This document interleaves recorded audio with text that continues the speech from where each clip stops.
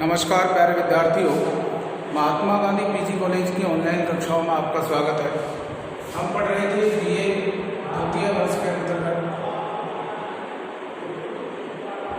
परीक्षा की दृष्टि से जो इम्पोर्टेंट पद हैं उनके बारे में हम अध्ययन कर रहे थे और आज तारीख 17 जुलाई हो चुकी है। इसमें जो हमारा चल रहा था वो हमने 5वें कवि को पढ़ना शुरू किया था, जिस कवि का नाम है घनानंद।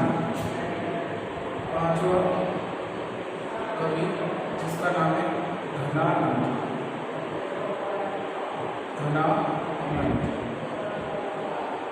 और घनानंद के बारे में जैसा कि आप सबको विदित है कि घनानंद रीति मुक्त काव्यधारा के कवि हैं।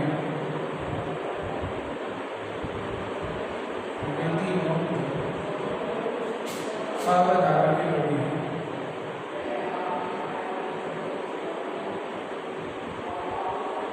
ठीक है, इसमें हमने विगत कक्षा में की अगर हम बात करें तो एक पद घनानंद का हमने पढ़ लिया था।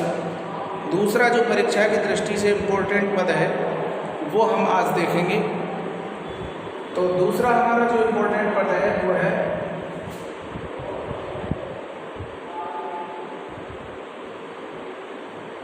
निषधोषकरी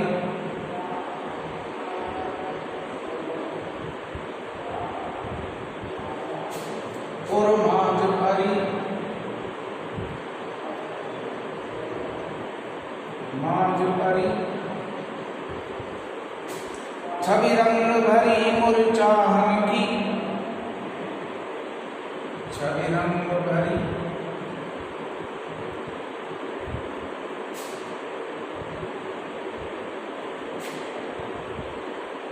मुरझाहन की,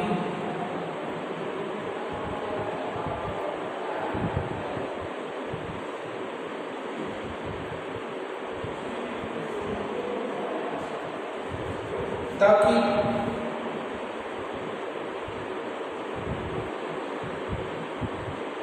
मोरनी त्यों चक ढोर रहे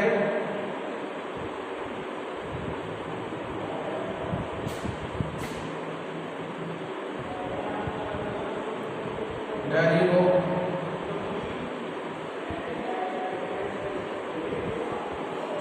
ये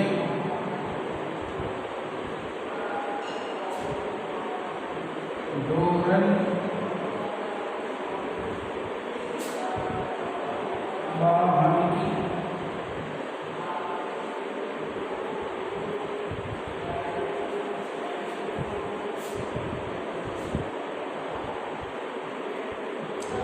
चट दे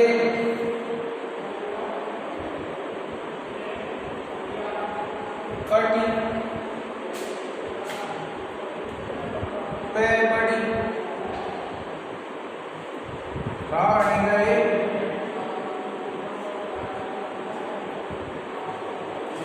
गति सोमती।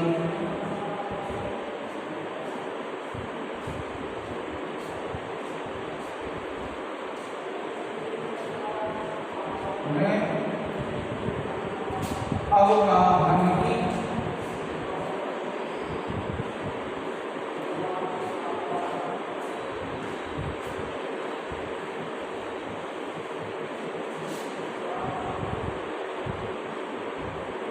धन आनंद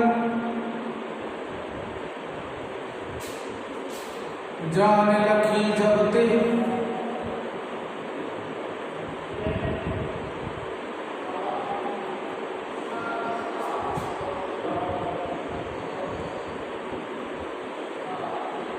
जबकि लागी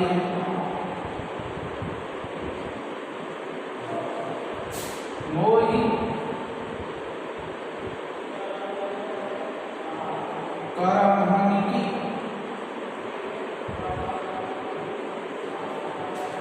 ये आपका जो पद है वो परीक्षा की दृष्टि से इम्पोर्टेंट है। सबसे पहली बात आप ध्यान रखें कि ये जो छंद है वो सवैया छंद है। कौन सा है समझिए, सुनिए। निस धौंस करी उर्माझ भरी, छवि रंग भरी मुर चाहन की, ताकि मोरन त्यों चक डोर रहे, डर गोही डोर निबाहन की, छठ दे कटि पे बड़ी प्राण गए, गति सौमति में अवगाहन की, घन आनंद जान लखी जब ते, जग लागिए वो ही कराहन की। ध्यान से देखें, कवि घनानंद जी ने यहाँ पर वर्णन किया है कि एक नायिका तिरछे नेत्रों से नायक को देखती है और तिरछे नेत्रों से नायक को देखने के बाद नायक के हृदय पर क्या बीतती है उसका बहुत ही सुंदर वर्णन किया गया है। आइए हम इसको पढ़ते हैं। निस मतलब रात, धौंस मतलब दिन, खरी यानी चुभती रहती है, उर मानी हृदय में, माँ यानी मध्य में, अरी यानी अड़ी रहकर, छवि यानी सौंदर्यता, रंग भरी यानी सुंदरता से युक्त, मुड़ चाहन की यानी मुड़कर देखने की। कवि घनानंद जी वर्णन करते हुए कहते हैं कि जब से उस सौंदर्यता से भरी हुई नायिका ने मुड़ करके तिरछे नेत्रों से मेरी ओर देखा है, तब से उसकी सौंदर्यता की छवि मेरे हृदय में बसकर मुझे रात दिन चुभती रहती है, रात दिन वेदना पहुंचाती रहती है, रात दिन मुझे पीड़ा पहुंचाती रहती है। दोबारा सुनिए। निस धौंस खरी उर्माझ भरी, छवि रंग भरी मुर चाहन की। कवि घनानंद जी वर्णन करते हुए कहते हैं कि जब से उस सौंदर्यता से भरी हुई नायिका ने अपने तिरछे नेत्रों से मुड़कर मेरी ओर देखा है, तो उसकी सौंदर्यता मेरे हृदय में बसकर मुझे रात दिन पीड़ा पहुंचाती रहती है।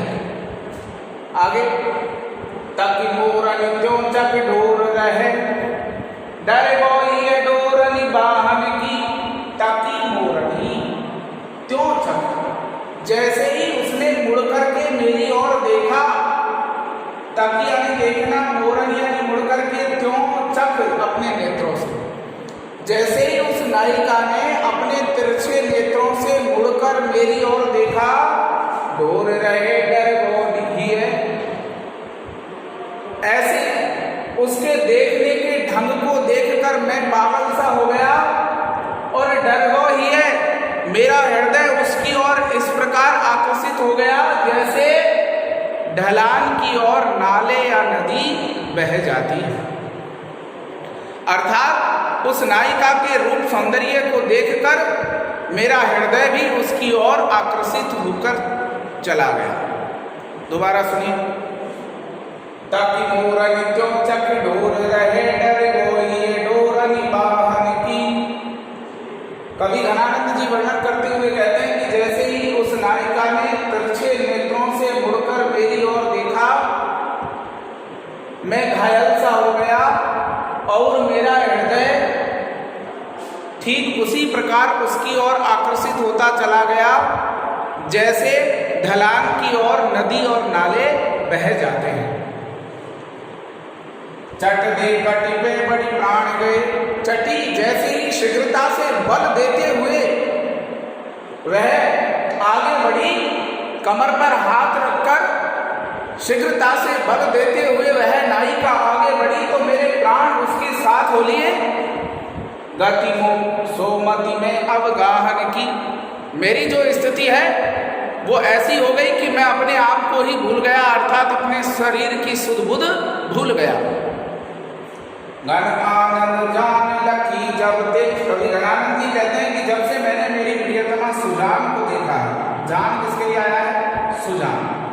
लखी यानी देखा है, तब से जब से मैंने मेरी प्रियसी सुजान को देखा है, जग लागिए, जग मतलब रट, लागिए यानी लगी रहती है, मोही यानी मुझे, कराहन की यानी चिल्लाने की, उसके वियोग में रोने की। जब से मैंने मेरी प्रियतमा सुजान को देखा है तब से मेरे हृदय में हमेशा उसके विरह में कराहने की, उसके विरह में चिल्लाने की जो है रट लगी रहती है। एक बार मैं सुने, निषधों से करी पुरमा जो अरी छवि रंग भरी मोर चाहन की, तक मोरनी क्यों चक डोर रहे डर वो ही डोरनी बाहन की, चट दे कटी पे बड़ी प्राण रहे गति सोमति में अवगाहन की, घन आनंद जान लखी जब ते जग लागी मोहि कराहन की।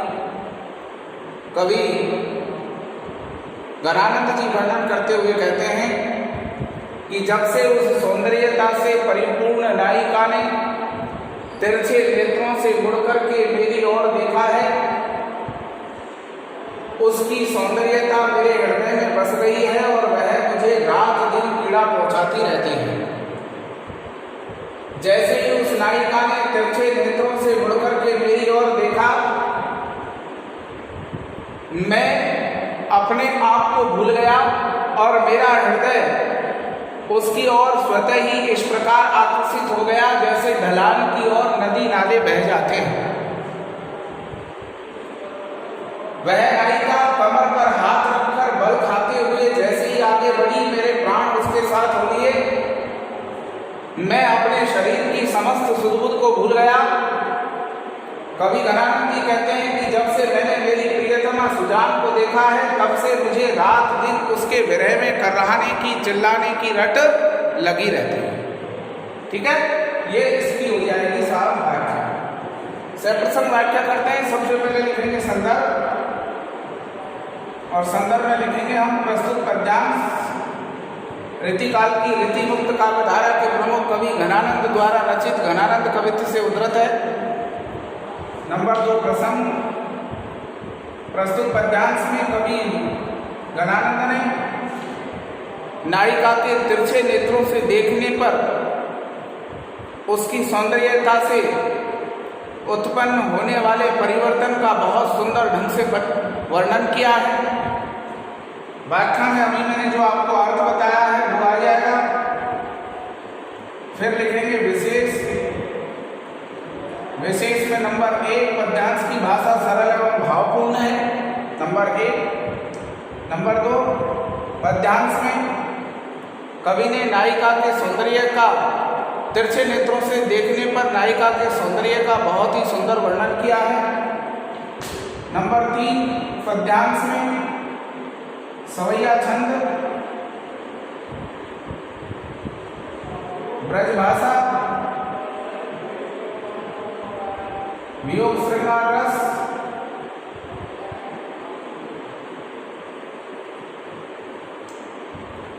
माधुर्य गुण, वैधर्मी रीति के साथ साथ अनुप्रास, अलंकार का बहुत सुंदर प्रयोग हुआ है। इस तरीके से हम इसकी क्या कर देंगे, इससे प्रसंग व्याख्या कर देंगे। स्क्रीनशॉट ले लीजिए, फिर आगे बढ़ते हैं।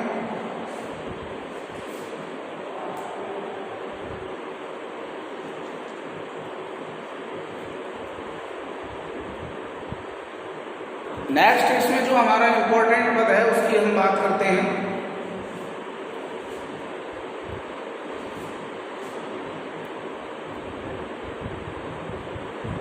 अंतर उद्वेगः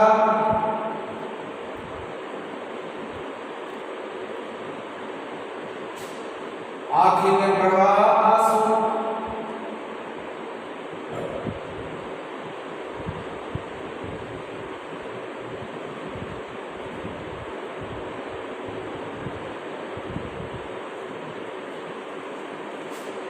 देखिए अटपटी,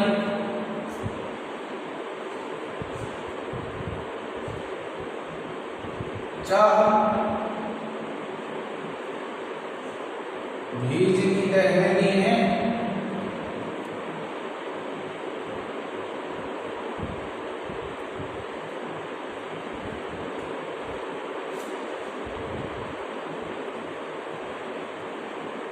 सोईबो ने जागिबो हो, हंसियो ने रोईबो हूँ,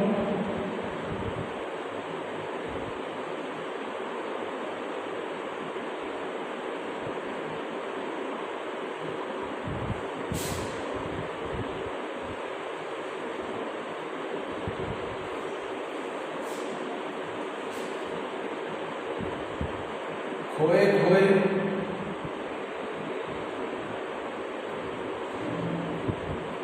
आप ही में,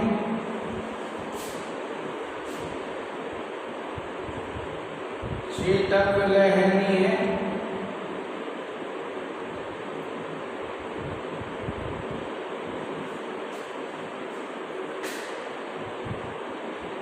जान प्यारे प्राणी बसत पे आनंद घन,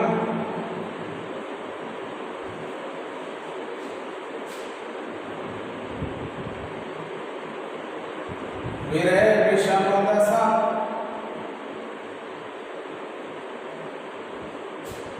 मुकुलो कहनी है,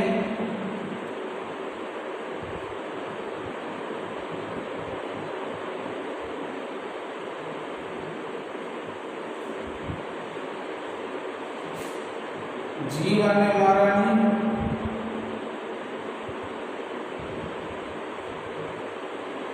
जीव मीच,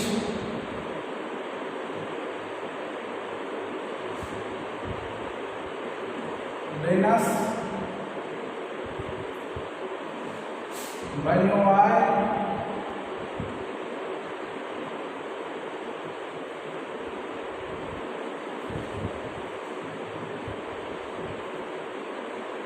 हाय कौन विधि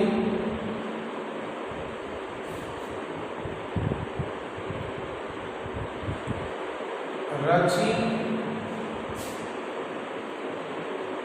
नेही की रहनी है,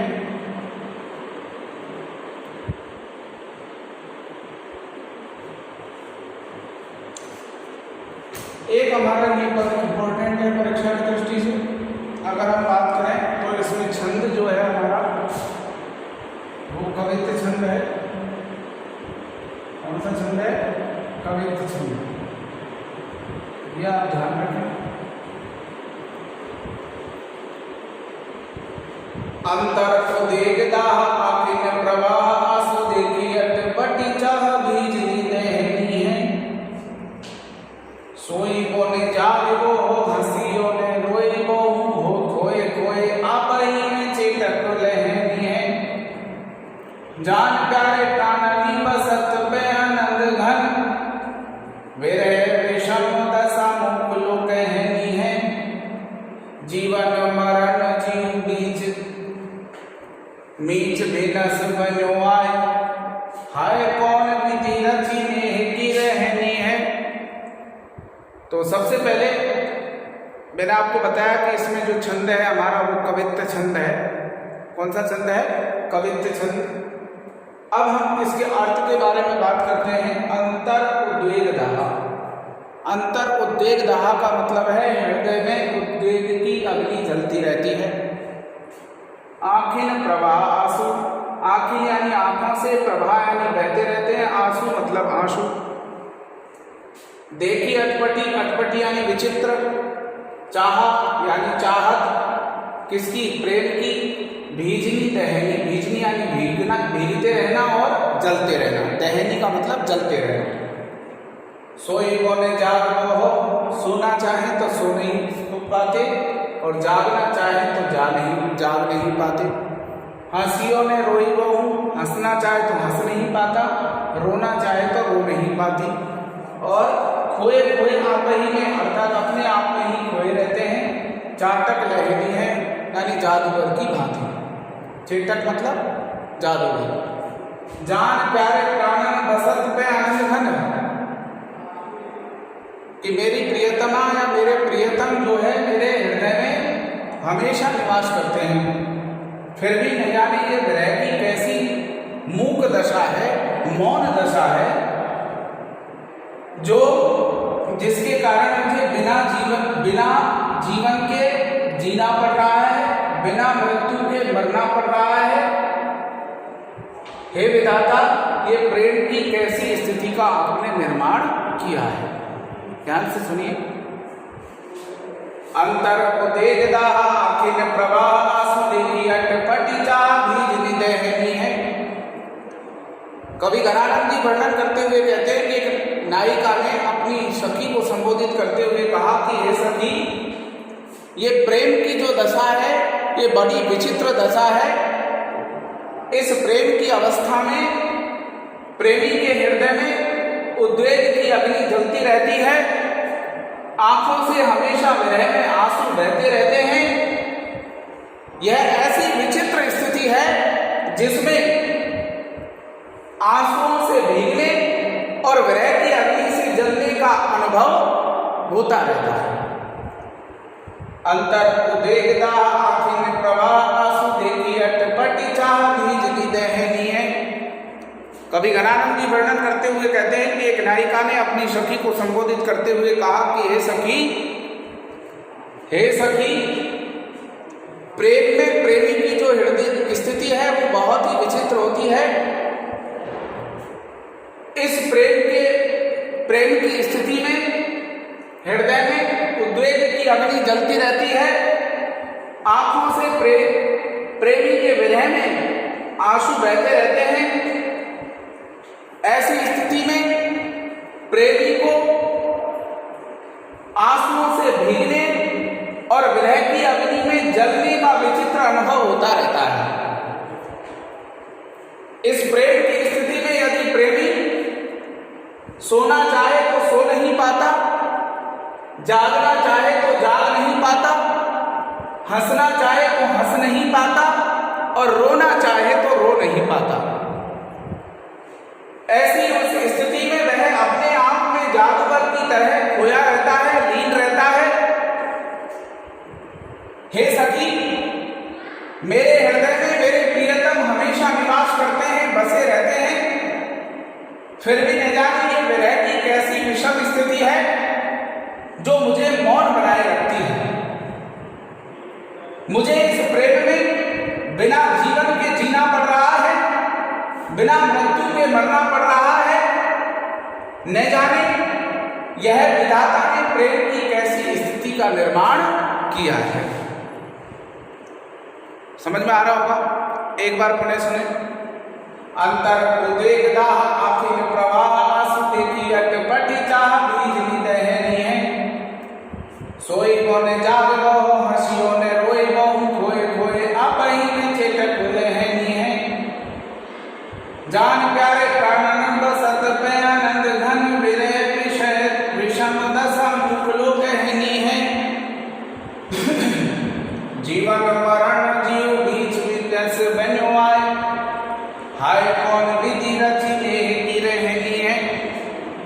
कवि घनानंद जी वर्णन करते हुए कहते हैं कि एक नायिका ने अपनी सखी को संबोधित करते हुए कहा कि हे सखी, ये प्रेम की जो स्थिति है वो बहुत बड़ी ही विचित्र होती है। इस प्रेम की स्थिति में प्रेमी के हृदय में उद्वेग की अग्नि जलती रहती है, आंखों से आंसू बहते रहते हैं। उसे उस प्रेम में एक साथ भीगने और जलने का अनुभव, विचित्र अनुभव प्राप्त होता है।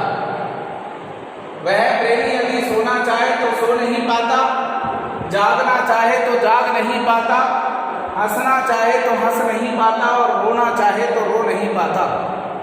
ऐसी इस विषम स्थिति में वह हमेशा जादूगर की भांति अपने आप में ही लीन रहता है। हे सखी, मेरे हृदय में मेरे प्रियतम हमेशा बसे हुए रहते हैं, फिर भी न जाने ये विरह की कैसी विषम दशा है जो मुझे मौन बनाए रखती है। हे सखी, इस प्रेम में मुझे बिना जीवन के जीना पड़ रहा है, बिना मृत्यु के मरना पड़ रहा है। न जाने परमात्मा ने ये प्रेम की कैसी विचित्र स्थिति का निर्माण किया है। यहाँ तक बात समझ में आई होगी। आगे चलते हैं। अब हम करेंगे इसकी सप्रसंग व्याख्या। सबसे पहले लिखेंगे हम संदर्भ, और संदर्भ मैंने आप लोगों को बताया ही है। इसमें हम लिखेंगे प्रस्तुत पद्यांश रीतिकाल की रीति मुक्त काव्यधारा के प्रमुख कवि घनानंद द्वारा रचित घनानंद कवित्व से उद्धृत है। फिर इसके बाद प्रसंग लिखेंगे। प्रस्तुत पद्यांश में कवि घनानंद जी ने नायिका के हृदय में प्रेम के उत्पन्न होने के बाद उत्पन्न होने वाली स्थितियों, परिस्थितियों और दशाओं का बहुत ही मार्मिक वर्णन किया है। इसके बाद हम व्याख्या में अभी जो मैंने आपको अर्थ बताया है वो लिखेंगे। फिर हम विशेष लिखेंगे, और विशेष में प्यारे विद्यार्थियों जो आपको लिखना है, पद्यांश की भाषा सरल एवं भावपूर्ण है। नंबर 2, इसमें हृदय में प्रेम उत्पन्न हो जाने के बाद नायिका के या नायक के मन में उत्पन्न होने वाली स्थिति, परिस्थिति और दशाओं का बहुत सुंदर चित्रण है। नंबर 3, इसमें कवित्व छंद, ब्रजभाषा, वियोग श्रृंगार रस,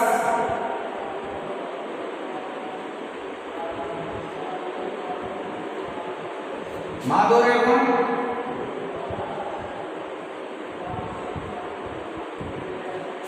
वैदर्भी रीति के साथ शब्दालंकार और अर्थालंकारों का सुंदर समन्वय देखने को मिलता है।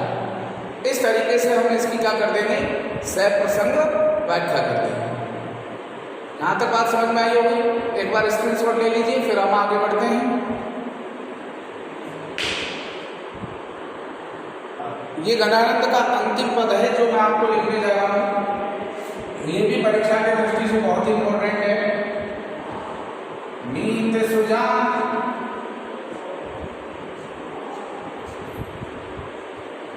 अनीति करो,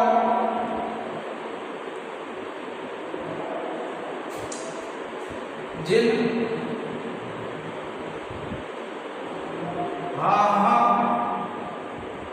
ने बूझिए मोही अमोही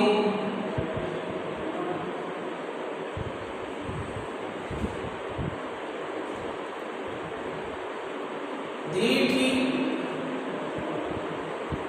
कौर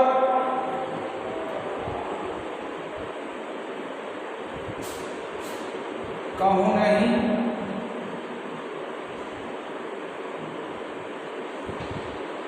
और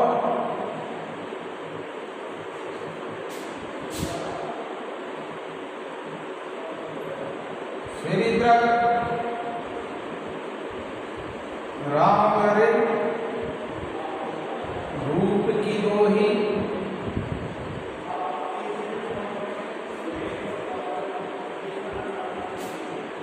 एक विलास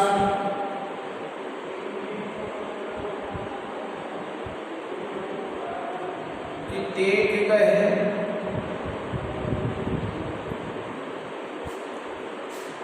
लगी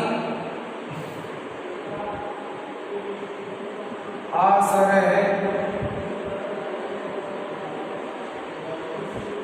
बस प्राण बटोही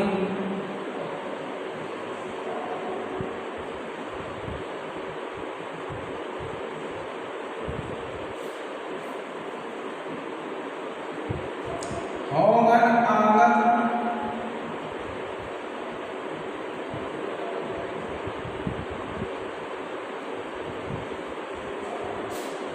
जीवन मूलदयी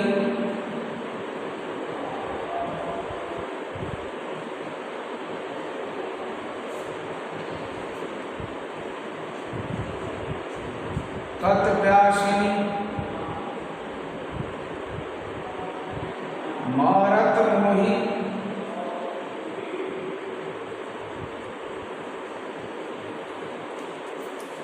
ये आपका परीक्षा की दृष्टि से बहुत ही इम्पोर्टेंट पद है। आइए हम इसकी चर्चा करते हैं। अंतिम पद है ये घनानंद का, और परीक्षा की दृष्टि से तो इम्पोर्टेंट है ही। सबसे पहले हम इसके छंद की बात करते हैं। प्यारे विद्यार्थियों, इसमें जो छंद है वो है हमारा सवैया छंद। कौन सा छंद है? सवैया छंद है। कौन सा छंद है इसमें? सवैया छंद। इसमें एक नायिका ने नायक के सामने निवेदन किया है जो उसे छोड़ चुका है या उससे दूर जा चुका है। कैसे किया है सुनिए। मीत सुजान अनीति करो जिन हाने बूझिए मोही अमोही। कवि घनानंद जी वर्णन करते हुए कहते हैं कि नायिका ने अपने प्रियतम को संबोधित करते हुए कहा कि हे प्रियतम, तुम प्रेम करके मेरे साथ अन्याय मत करो। अनीति मतलब अन्याय मत करो। तुम मुझसे प्रेम करके निर्मोही मत बनो। कवि घनानंद जी वर्णन करते हुए कहते हैं कि नायिका ने अपने प्रियतम को संबोधित करते हुए कहा कि हे प्रियतम, हे श्री कृष्ण, तुम मुझसे प्रेम करके, हे श्री कृष्ण, तुम मेरे साथ प्रेम में अन्याय मत करो। हे कृष्ण, हे प्रियतम, मुझसे प्रेम करके निर्मोही मत बनो। दोबारा सुनो। नीत सुजान अनीति करो जिन हाने बूझिए मोही अमोही। दीठी को और कहूँ नहीं ठोर, फिर द्रगरावरे रूप की दोही। कवि घनानंद जी कहते हैं कि उस ग्रहणी नायिका ने अपने प्रियतम को संबोधित करते हुए कहा कि हे प्रियतम, तुम मेरे साथ प्रेम में अन्याय मत करो। तुम मुझसे प्रेम करके निर्मोही मत बनो। मेरी इन आंखों को तुम्हारे अलावा कोई भी स्थान सुंदर नहीं लगता है। मेरी इन आंखों में आपके ही रूप सौंदर्य की दुहाई हमेशा व्याप्त रहती है, अर्थात आपका ही रूप सौंदर्य हमेशा समाया हुआ रहता है। एक विलास की देख गए आस रहे बस प्राण बटोही। मेरे इन नेत्रों को, मेरे इन प्राणों को हमेशा आपके लौट आने की आशा है। इसी वजह से मेरे इस शरीर में प्राण रूपी बटोही जो है वो रुके हुए हैं, अर्थात मैं जीवित हूँ। अन्यथा अगर आशा नहीं होती तो तुम्हारे विरह में मेरे प्राण जो हैं वो शरीर के अंदर नहीं रहते। होगन आनंद जीवन मूर्दई। कवि घनानंद जी कहते हैं कि उस ग्रहणी नायिका ने अपने प्रियतम को संबोधित करते हुए कहा कि हे प्रियतम, तुम मेरे जीवन की मूल जड़ हो, अर्थात तुम मेरे जीवन जीने का प्रमुख कारण हो।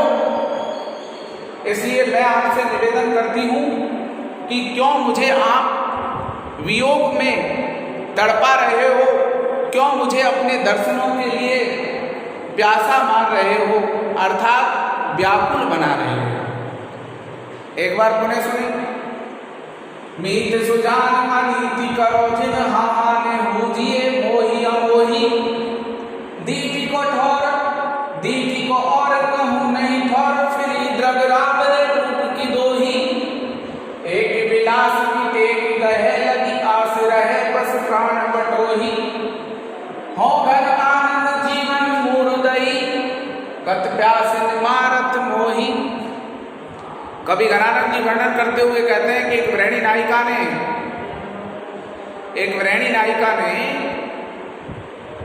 अपने प्रियतम को संबोधित करते हुए कहा कि हे प्रियतम, तुम प्रेम में मेरे साथ अन्याय मत करो। मुझसे प्रेम करके मुझसे निर्मोही मत बनो। हे प्रियतम, मेरी आंखों को इस संसार में तुम्हारे अलावा कोई भी स्थल सुंदर नहीं दिखाई देता है। मेरे इन आंखों में हमेशा आपका ही रूप सौंदर्य बसा हुआ है। मेरे इन प्राणों को आपके लौट आने की आशा है, विश्वास है। इसी कारण से ये प्राण रूपी बटोही मेरे शरीर में व्याप्त हैं, रुके हुए हैं। कवि घनानंद जी कहते हैं कि अंत में उस वृणी नायिका ने अपनी प्रियतम को संबोधित करते हुए कहा कि हे प्रियतम, तुम मेरे जीवन की मूल जड़ हो,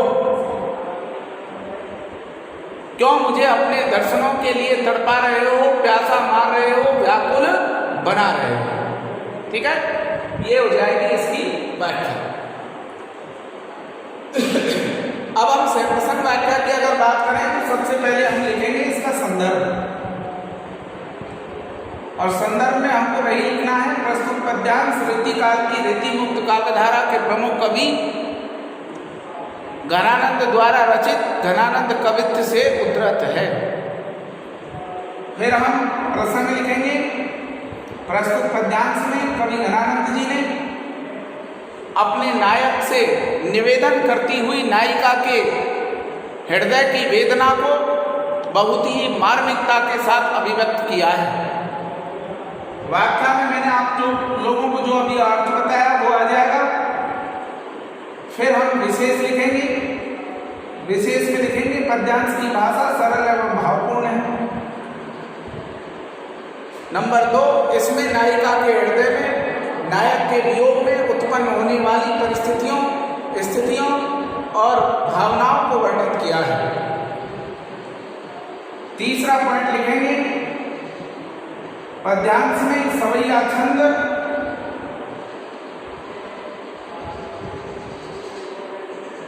वियोग श्रृंगार रस,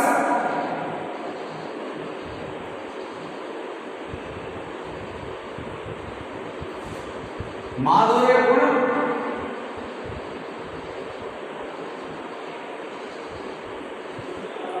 वैदर्भी रीति,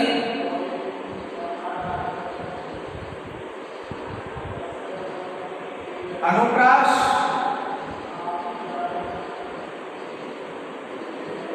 उपमा,